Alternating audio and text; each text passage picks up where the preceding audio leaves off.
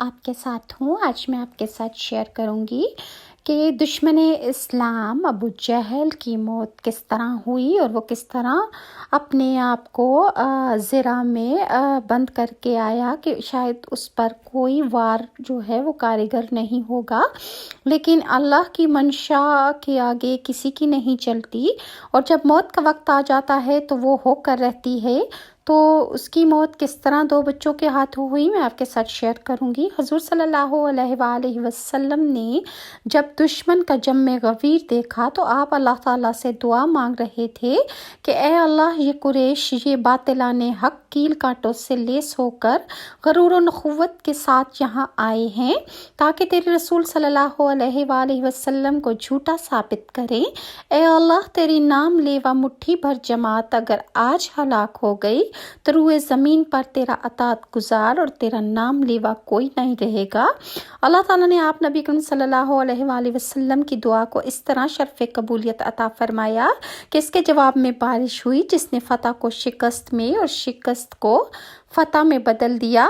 اس کے علاوہ اللہ تعالیٰ نے اپنے 1000 فرشتے جو تھے ان کو مسلمانوں کی مدد کے لیے بھیجا۔ سورہ انفال کی آیت 65 میں اللہ تعالیٰ کا ارشاد کرامی ہے، اور جس کا مفہوم یہ ہے کہ میدان جنگ میں اگر 20 مجاہدین ثابت قدم ہوں گے تو وہ 200 کافروں پر غالب آ سکتے ہیں، یعنی ایک مرد مجاہد تنہا 20 کافروں سے جنگ کر سکتا تھا۔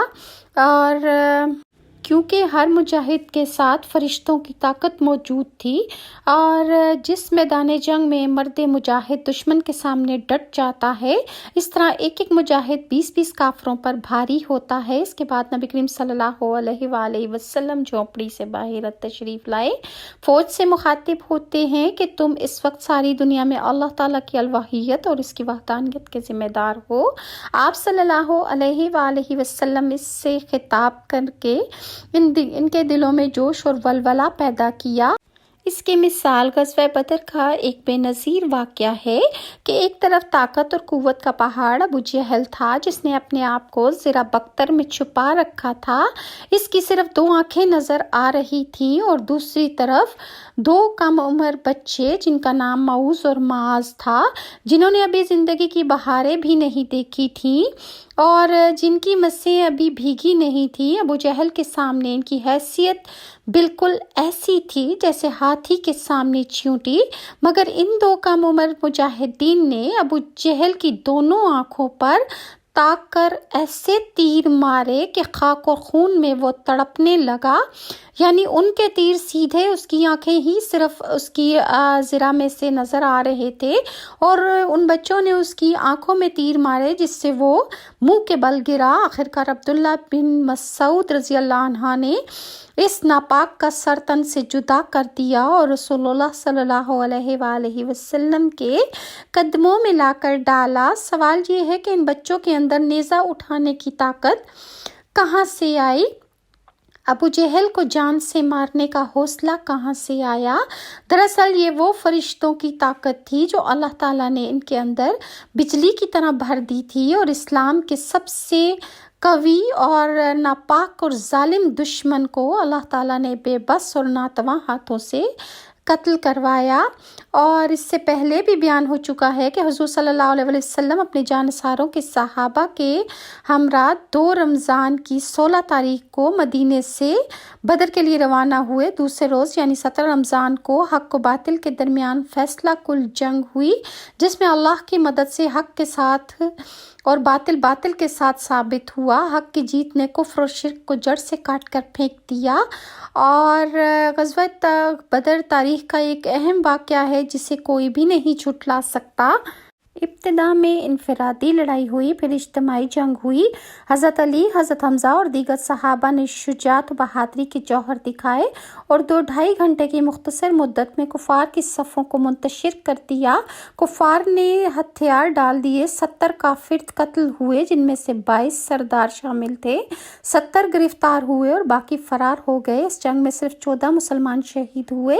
اس طرح اللہ تعالیٰ نے رسول اللہ اور ان کے غلاموں کو فتح مبین عطا فرمائی۔ اور جنگ بدر میں ابو عبیدہ نے اپنے والد جراح کو عمر فاروق نے اپنے ماموں آس بن ہشام کو، مصعب نے اپنے بھائی عبداللہ کو، اور اسی طرح بہت سے صحابہ نے اپنے اپنے قریبی رشتہ داروں کو اپنے ہاتھوں سے قتل کر کے غیرت اسلامی اور محبت نبوی کا بے مثال مظاہرہ کیا۔ قیدیوں کے بارے میں مشاورت ہوئی۔ عمر فاروق نے مشورہ دیا کہ ان قیدیوں کو قتل کر دیا جائے اور ہر مسلمان کو اپنے قریبی رشتہ داروں کو خود قتل کرے۔ حضرت ابوبکر صدیق نے مشورہ دیا کہ تعلیم یافتہ قیدیوں سے 10 ان پڑھ مسلمانوں کو لکھنا پڑھنا سکھانے کا کام کیا جائے اور دیگر قیدیوں سے 1000 سے 4000 درہم یا حسب توفیق فدیہ لے کر انہیں چھوڑ دیا جائے۔ نبی رحمت نے صدیق اکبر کے مشورے کے مطابق فیصلہ فرمایا۔ حضرت زبیر نے جنگ بدر میں ایسے کافر کو ہلاک کیا جو سر سے لے کر پاؤں تک مسلح تھے اور جس نے مسلمانوں کو للکارا تھا۔ حضرت زبیر نے اس کی آنکھ میں تاک کر ایسی برچھی ماری جس سے وہ فوراً واصل جہنم ہو گیا۔ زبیر نے ان کی لاش پر پاؤں رکھ کر بڑے زور سے برچھی نکالی جس سے برچھی کا سرا مڑ گیا۔ غزوہ بدر کے موقع پر بنت رسول اور زوجہ عثمان غنی بی بی رقیہ بہت سخت بیمار تھیں، چنانچہ حضور صلی اللہ علیہ وآلہ وسلم نے حضرت عثمان کو ان کی دیکھ بھال پر مامور کیا، جس کی وجہ سے وہ غزوہ بدر میں شامل نہ ہو سکے۔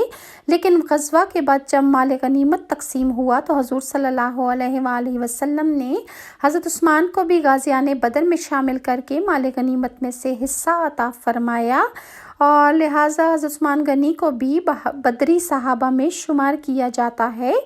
جب مالدار قیدیوں سے فدیہ طلب کیا جا رہا تھا تو حضور کے چچا حضرت عباس نے کہا کہ جو سونا میرے پاس تھا وہ مال غنیمت میں شامل کر لیا گیا تھا، میرے پاس فدیے کے لیے کچھ نہیں بچا، میں کہاں سے ادا کروں؟ یہ سن کر نبی کریم صلی اللہ علیہ وآلہ وسلم نے ارشاد فرمایا کہ اے چچا، جب آپ مکہ مکرمہ سے چلے تھے تو آپ نے کچھ مال میری چچی ام فضل کے سپرد کیا تھا۔ یہ ایسی بات تھی کہ جس کا علم کسی کو بھی نہیں تھا، چنانچہ نبی کریم کی اس بات سے متاثر ہو کر حضرت عباس، عقیل اور نوفل نے اسلام قبول کر لیا۔ تو یہ تھی وہ مسلمانوں کی شاندار فتح کہ جس نے بہت سے کفار کے دل پر ایسا اثر کیا کہ انہوں نے اسلام قبول کر لیا، اور بہت تھوڑی تعداد ہونے کے باوجود اللہ تعالیٰ نے ملائکہ سے مدد فرما کر مسلمانوں کو فتح عطا فرمائی اور دشمن اسلام کو منہ کی کھانی پڑی۔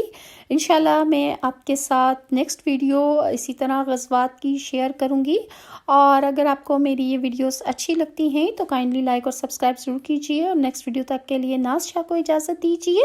اللہ حافظ۔